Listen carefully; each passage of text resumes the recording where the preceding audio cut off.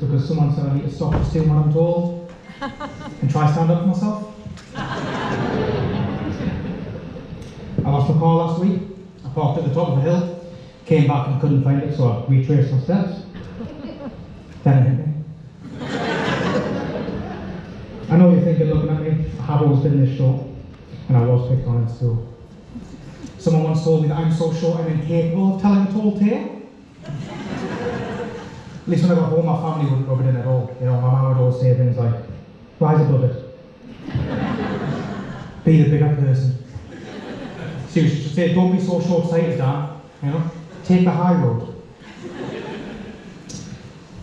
I will admit, it is a little bit frustrating being this short and unsteady. You know, when the only real advantage to being short is usually being a little bit steady, really. I'm about as stable as the final round in a game of Jenga. Like being behind me is like being behind a log lorry in a Final Destination movie. It's not a matter of if, it's a matter of when. You know, what's worse, I can't even swim, so I can't be tall in water. I'm always losing things, all the time. Lost my job as a babysitter very recently. I saw it coming, asked a friend of mine for some advice, he's got kids. I said, look, I think I'm just going to put on a film, but all I watch is horror. He just laughed it off and said, it'll be fine. It wasn't fine. That clown scared the shit out of those kids. I lost a friend who's an optician too. He doesn't want to see me. He said he's sick of me introducing him as a sight for sore eyes. I think I lost somebody, probably just my blind spot, to be honest.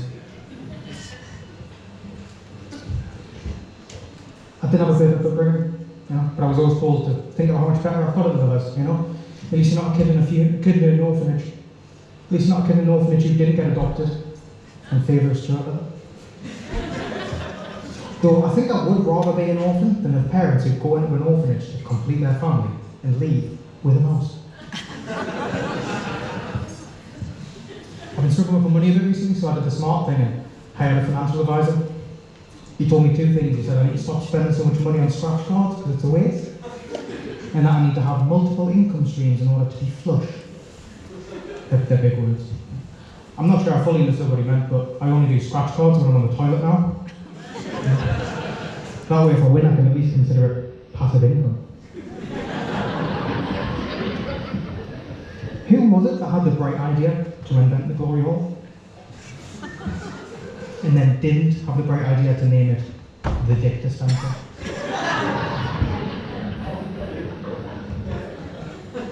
I think people often confuse ignorance with disrespect. You know, I don't disrespect you, I just don't respond very well to, excuse me sir, it just doesn't fit. I respond better to, oi, dickhead. Or if they're far enough away, oi, where are your parents? I'm an insomniac. A friend of mine told me it must be because of my crippling fear of the dark. But on the bright side, I don't sleep well either, to be honest. There are a lot of double standards in the world. Like, if it's not polite for me to kiss and tell, how come every time I sleep with a woman, every time, she tells everybody? That was a huge mistake. I'm sick of people telling me to Google absolutely everything. Google is not always right. I would know. I Googled it. Seriously, Google told me that running wasn't invented until 1748. Okay. So if someone came to you with a knife in 1747, you'd have been like, fuck, he's got a knife!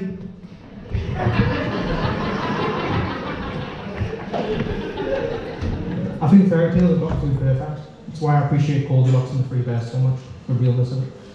Goldilocks goes up those stairs and she tests out 3 separate beds, not 2.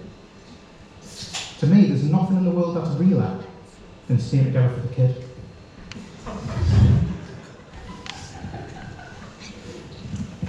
I think it's absolutely disgusting how many bugs we eat in our sleep every single night. That's why I make sure I have a few during the day too. Just got to keep a balanced diet. As someone who's been with both men and women, I'm often asked, Dan, what's the difference? And for me, it's the arguments. You know, with a woman, the hardest part of the argument happens before it even starts. When you've got to try and figure out what it is he did. But with a guy, direct opposite, hardest all out argument will always be right at the end, when you both fell asleep on the city.